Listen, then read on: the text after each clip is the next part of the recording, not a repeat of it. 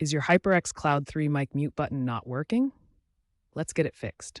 First, determine if it's a hardware or software problem. Hardware issues usually involve a physically stuck or unresponsive button.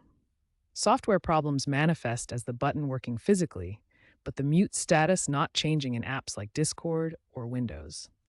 Visually inspect the button for dust or damage. Clean it with compressed air. If the button feels loose or damaged, it's likely a hardware issue needing repair or replacement. If the button clicks but doesn't mute, proceed to software troubleshooting in the next section. If the hardware is fine, the issue is likely software related.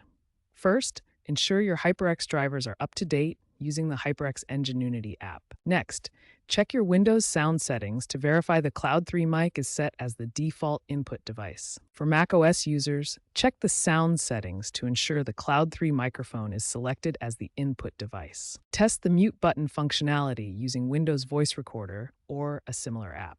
If the mute still doesn't work, try a reset. Disconnect the headset, hold the mute button, and reconnect. If problems persist, consider a firmware update or contacting HyperX support, as a conflict with the OS might be the issue.